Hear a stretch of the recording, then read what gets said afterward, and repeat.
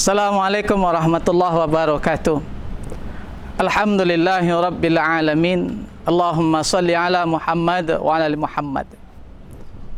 Pemirsa yang berbahagia, bersyukur kepada Allah Subhanahu wa taala. Alhamdulillah. Berselawat kepada Nabi Allah Muhammad sallallahu alaihi wasallam. Allahumma salli ala Muhammad wa ala Muhammad. Pada bulan ini adalah bulan Ramadan, di mana bulan ini adalah diturunkan oleh Allah Subhanahu wa taala yaitu Al-Qur'an. Bismillahirrahmanirrahim. Syahrul Ramadan alladzi unzila fil Qur'an hudal linnasi wa bayyinatin minal huda wal furqan. Pada bulan Ramadan ini Al-Qur'an diturunkan. Hudal linnas sebagai petunjuk bagi manusia. Maka dalam hal ini pemirsa yang berbahagia, maka kita bumingkan Al-Qur'an, kita baca Al-Qur'an pada bulan Ramadan ini. Sesungguhnya ada keutamaan-keutamaan yang luar biasa ketika kita membaca Al-Quran pada bulan Ramadan. Bahkan di bulan Ramadan ini dilipat gandakan oleh Allah pahala. Maka di antaranya keutamaan ketika kita membaca Al-Quran adalah, yang pertama adalah mendapatkan pahala dari Allah Subhanahu wa taala.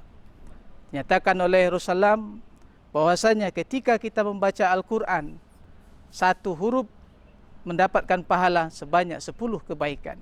Alif Lam Mim itu bukan hanya satu huruf, tetapi adalah 3 huruf, Alif, Lam, dan Mim. Maka dengan kita membaca Al-Quran, insya Allah akan mendapatkan pahala dari Allah Subhanahu wa taala. Mari kita baca Al-Quran. Dan yang kedua, pemirsa yang berbahagia, Al-Quran bisa mendapatkan nanti ketika kita membaca Al-Quran di dunia ini, insya Allah di yaumil qiyamah kita akan mendapatkan syafaat. Apa yang dikatakan oleh Rasulullah, ketika kita baca Al-Quran, bacalah Al-Quran, insya Allah Al-Quran yang kita baca itu akan datang nanti di yaumil qiyamah, di hari akhir, itu sebagai menjadikan syafaat. Menjadikan syafaat bagi kita semua. Nah, maka dari itu kita jangan lupa untuk membaca Al-Quran. Dan yang ketiga, pemirsa yang berbahagia, ketika kita membaca Al-Quran, insya Allah itu akan menjadikan obat di dalam hidup dan kehidupan kita. Dinyatakan oleh Allah Subhanahu wa taala, wa nunazzilu minal Qur'an ma huwa syifa wa rahmatul lil mu'minin. Kami turunkan Al-Qur'an adalah sebagai obat, sebagai rahmat bagi orang-orang yang mukmin. Maka senantiasa untuk membaca Al-Qur'an. Ketika kita dalam keadaan galau, ketika kita dalam keadaan gundah gulana, ketika kita dalam keadaan sakit, silakan baca Al-Qur'an. Bahkan diperintahkan oleh Rasulullah, ketika ada orang datang memberikan sesuatu yang tidak baik buat kita, kiriman seperti telur, santet, maka kita baca Al-Quran. Bahkan diperintahkan apa yang dibaca Al-Quran adalah surah Al-Baqarah dari ayat 1 sampai 5. Maka kita baca surah Al-Fatihah, surah An-Nas, surah Al-Falaq, dan surah Al-Ikhlas, baca insyaAllah. Dan surah-surah yang lainnya. Ini yang diperintahkan oleh Rasulullah SAW. Nah, pemirsa yang berbahagia, insyaAllah Al-Quran bisa dijadikan sebagai obat ketika kita betul-betul membacanya.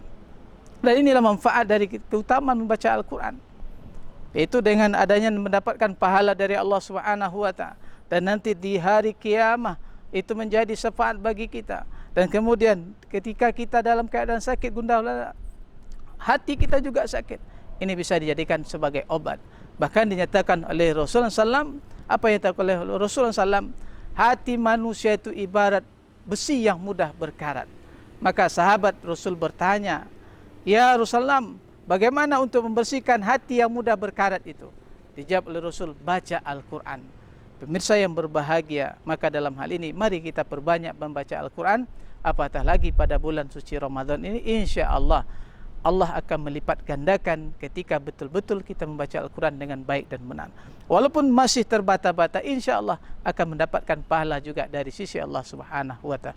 Demikian pemirsa yang berbahagia, mari kita bumingkan Al-Quran, apatah lagi pada bulan suci Ramadan ini. Subhanakallahumma wa bihamdika, asyhadu an la ilaha illa anta, astaghfiruka wa atubu ilaik. Assalamualaikum warahmatullahi wabarakatuh.